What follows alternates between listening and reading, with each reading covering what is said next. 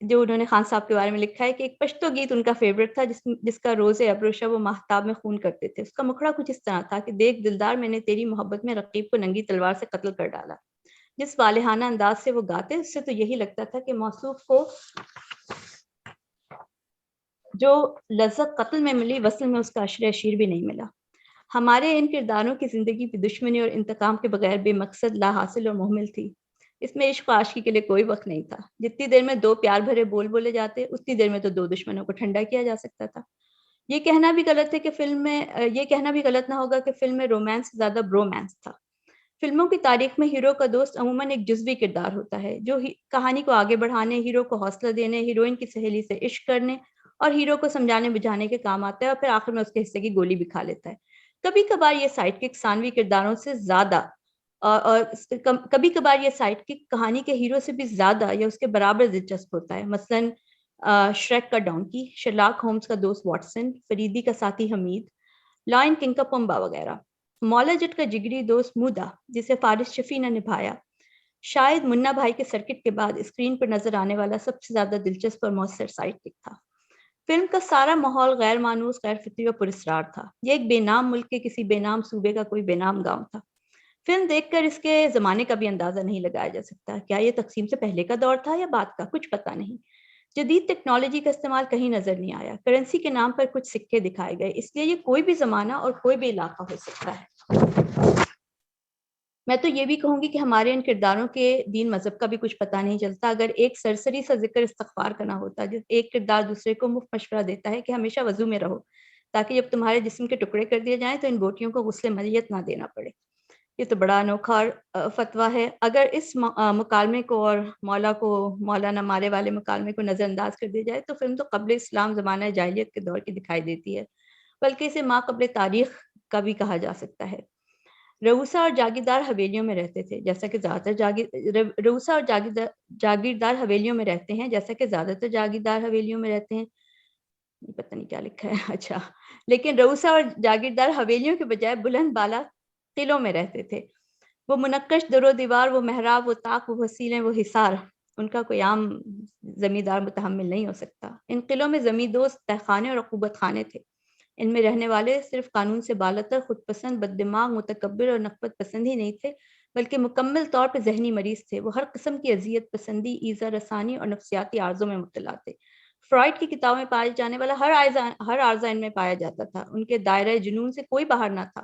مرد، عورتیں، بچے، حتیٰ کہ جانور بھی ان کی درندگی کا شکار تھے. ان میں ایسی کوئی صفت نہیں تھی جسے قابل تعریف کہا جا سکے. ان میں ہر برائی بدرجہ عتم موجود تھی. ان کرداروں میں سے ایک کردار ماکھا نت کا تھا جو کہ اصل مولا جٹ میں ایک ثانوی کردار تھا، لیکن اس نئے ورژن میں ماکھا کو کسی زہریلے سانپ کی طرح مہلک اور ضرر رساں دکھایا گیا. اس کے کردار میں جسے گوہر رشید نے نبھایا، اس کا کردار اتنا غضبناک، فاسد، خوسیل اور سرپرا ہے کہ اس کی موجودگی میں اسکرین بھی خوف سے سفید پڑ جاتی ہے. اس کردار میں اتنی صفاقی اور بے رحمی ہے کہ موگیمبو، شاکال اور گبر اس کے آگے پانی بھرتے نظر آتے ہیں. شاید Indiana Jones and Temple of Doom کا مولا رام شیطانیت میں ماکھا کے مماثل تھا. ابھی تک میں نے فلم کے بارے میں وہ باتیں بتائی ہیں جو میرا اس فلم کا مجموعی تاثر تھا، یعنی انتہائی درجے کا تشدد جس سے انسان تھک جائے. فلم کو کسی بھی طرح تفریحی قرار نہیں دیا جا سکتا، لیکن میں نے اس فلم کو بہت انجوائے کیا اور یہ مجھے مکمل طور پر پرلطف اور پیسہ وصول لگی. پاکستانی انڈسٹری میں ایسے مناظر اسکرین پر کبھی دیکھنے کو نہیں ملے. اس فلم کو دیکھ کر مجھے بے حد حیرت ہوئی اور یہ خوشگوار حیرت تھی. میں نے فلم کی بہت تعریف سنی تھی، اس لیے میں بلند توقعات کے ساتھ گئی تھی اور یہ فلم میری توقعات سے بڑھ کر ثابت ہوئی. اس میں کہیں بیٹ مین کا رنگ تھا تو کہیں گلیڈیٹر کا، کہیں کنان دا باربیرین کی جھلک تو کہیں یہ شعلے کی مماثل لگی. اگر میں یہ کہوں تو غلط نہ ہوگا کہ اس کے کردار، اس کی پیشکش، اس کے مکالمے کسی بھی طرح ان بین الاقوامی فلموں سے کم نہیں تھے. نوری نت کا کردار تو اتنی مہارت سے لکھا گیا کہ وہ گبر اور بیٹ مین کے جوکر دونوں کی ٹکر کا تھا. یہ وہ کردار ہیں جن کی وحشت میں وجاہت تھی، جن کے زہر میں لطف تھا اور جن کی آنکھوں میں وحشت ناچتی تھی. نوری اور مولا کے کردار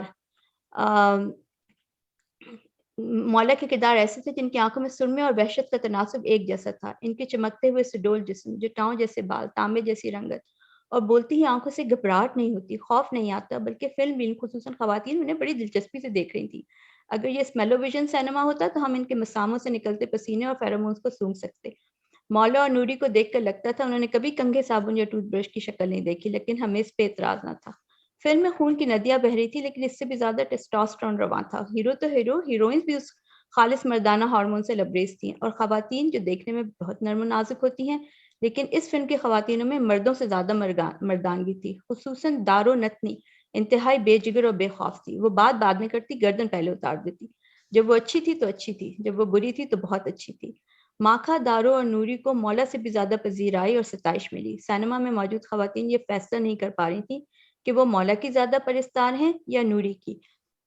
اب اس کا بس میں اینڈ پڑھ دیتی ہوں کیونکہ مجھے اس کے ڈیزائن اور دھوتیوں کے بارے میں کہنا ہے کچھ. وہ بہت مزے کی تھی. ماحول سیدھا سادہ، انگڑ اور کسی بھی نفاست سے عاری تھا. فلم کے سیٹ عالیشان تھے، جزیات نگاری اعلیٰ پائے کی تھی. آرٹ ڈائریکشن، سنیماٹوگرافی اور کیمرہ مین کے کام کا جواب نہیں تھا. وہ ڈیزائنر دھوتیاں تو فیشن بن جانا چاہیے. چمکدار، رنگین اور انوکھی دھوتیوں کی یہ خصوصیت تھی کہ وہ خطرناک قلعہ بازیوں، لڑکنیوں اور کود پھان میں بھی ایک انچ اپنی جگہ سے نہیں کھسکتی تھی. یا میں اندیشہ یوں کہ امید میں تھی کہ کہیں بے پردگی ہو جائے گی، مگر ان دھوتیوں نے ہمیں اس نظارے سے محظوظ ہونے کا موقع نہیں دیا. پھر میں نے مکالموں وغیرہ کے بارے میں کچھ لکھا ہے جو میں حذف کر دیتی ہوں. اب میں بس اس کا آخری پیراگراف پڑھ دیتی ہوں. Go watch it if you haven't. Leave the brain at home, but pack an extra jigger to stomach the stomachs and guts and other parts of the anatomy. You'll come back saying, "Swad aa gaya Sonia." That's it. بہت بہت شکریہ، بہت اعلیٰ. Thank you. بہت عمدہ، بہت عمدہ. ہر چیز کو یہ انگریزی اور اردو میں مکس ہو گیا تھا مضمون. کوئی بات نہیں، اس میں اوریجنلٹی رہی ہے. اچھا، اس میں آپ نے پوچھا ہے، آپ نے کہا تاریخ کیسے پتہ نہیں چلتا کس عہد کا ذکر ہو رہا ہے، مجھے پتہ نہیں لیکن چلا. نہیں، اس میں ہنڈولہ دکھایا تھا. ہنڈولے پہلے بھی شاید ہوتے تھے. کتنے پہلے ہوں گے؟ 1000 سال پہلے تو ہنڈولہ نہیں ہوگا نا. 1000 سال پہلے تو نہیں ہوگا. ہاں، لیکن سکے سے کوئی روپے کا کوئی ذکر نہیں تھا، سکے دکھائے نہیں، وہ گئے. صحیح ہے، لیکن وہ ہنڈولے سے آپ کو تھوڑا سا اشارہ مل جاتا ہے کہ اتنا زیادہ پرانا نہیں ہے. اتنا چلیے بہت بہت شکریہ. اگر آپ کی اجازت تو ہم ختم کر دیں پھر میٹنگ. بالکل بالکل بالکل. بالکل. چلیے.